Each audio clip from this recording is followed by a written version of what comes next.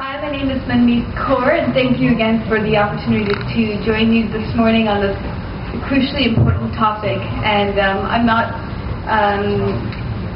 don't directly work on child foster care issues, but it's very exciting to see this coming together, people from the ACS world as well as faith-based leaders. So I'm here to share a Sikh perspective on foster care.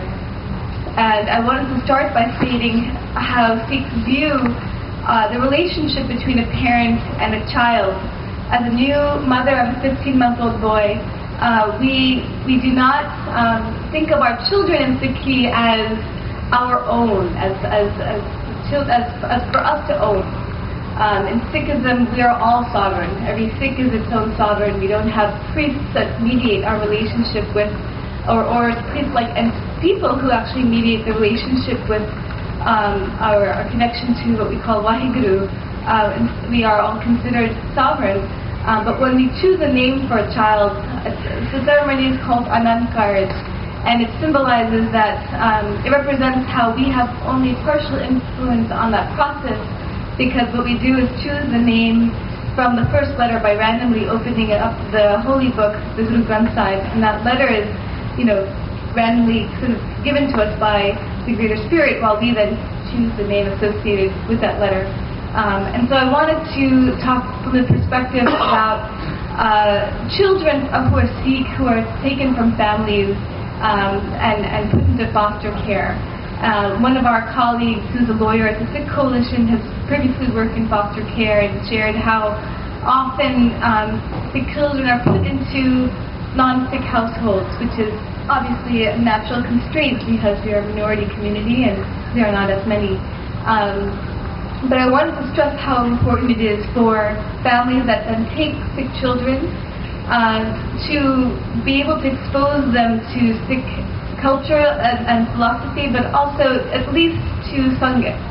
While we don't expect that a non-Sikh family may be able to impart those values entirely, a huge part of our value system is a concept of a Sangat, which is a community.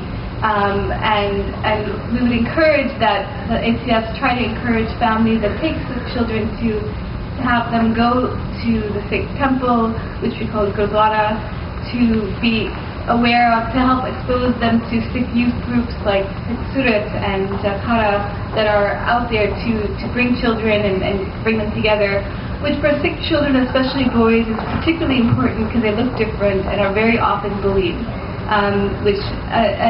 So as Sarah mentioned, my husband was recently attacked in our neighborhood in September, but it was the fifth time in his life he's actually been physically attacked, and almost every Sikh boy I know has experienced bullying or verbal abuse or harassment.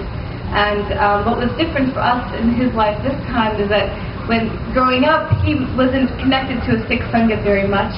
He's from Kenya, and his parents migrated from Michigan to Pennsylvania to Indianapolis, and as an adult, he and I have both now, on our own, become more involved in the community, and it was an incredible experience for us to go through this terrible event, but then to have the Sikh community come out in such a powerful way to help amplify our voice, to also help represent it to a broader community. And so I think as a minority group that looks different, and also one that really believes in the importance of having our spiritual guide as part of this upbringing of our children, that it's not just parents, but the community, our concept of Sikhi in Waheguru, that it's so important to try to encourage Sikh children who are taken from homes to get exposure to that broader community. As difficult as it may be in areas where there are not as many Sikhs, there are networks and organizations that I can share more about across the country that really do proactively try to engage kids at every age level.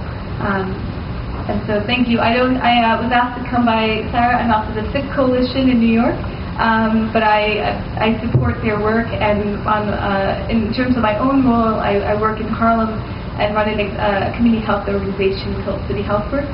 And so my husband and I continue to stay committed to our work in the neighborhood. Thank you very much.